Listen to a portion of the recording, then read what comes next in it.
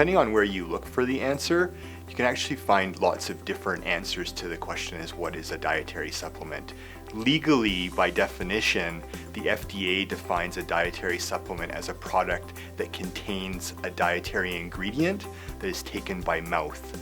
And dietary ingredients are things like vitamins, minerals, herbs, botanicals, things that are used to supplement our diet that can usually be found in food. Athletes and consumers need to be aware that because supplements aren't tested in the same way as medications, they don't have to go through clinical trials, they don't have to go through efficacy trials, each lot number doesn't have to be tested in humans before it goes on the market. So some of the dangers that we see are related to either those contaminants that we find in those products that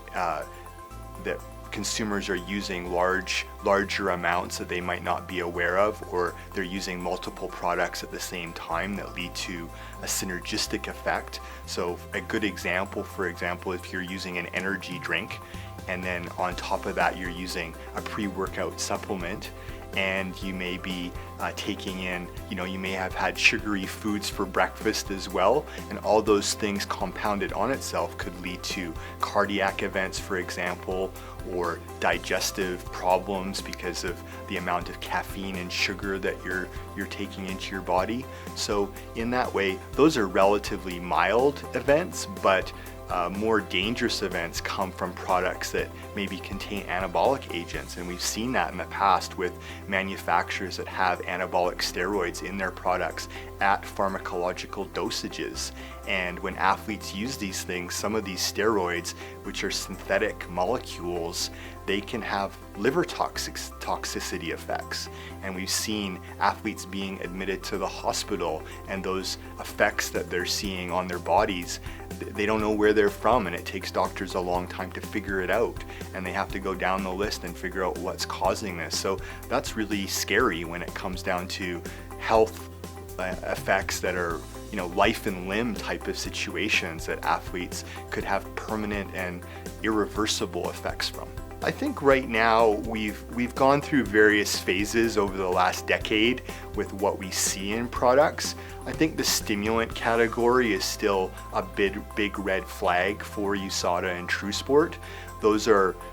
substances that companies are intentionally adding to supplement products to provide an energy boost or provide a performance enhancement. And those aren't always listed on the label, and companies are always changing those ingredients in order to remain kind of one step ahead of the regulatory authorities. They think that they should be defined as dietary ingredients, but in fact, many of these substances don't meet the legal definition of a dietary ingredient. And so they're intentionally added in order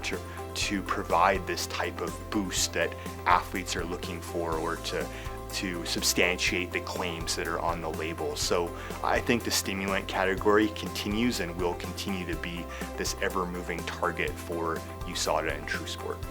I think educating yourself around supplements is really critical because at face value it doesn't seem like a complicated area, but it's fraught with landmines, and we need to be informed consumers to understand what the risks are and how to minimize those risks in order to make sure that we're protecting our athletes and ourselves against those risks and those detrimental effects that could be caused through supplement use.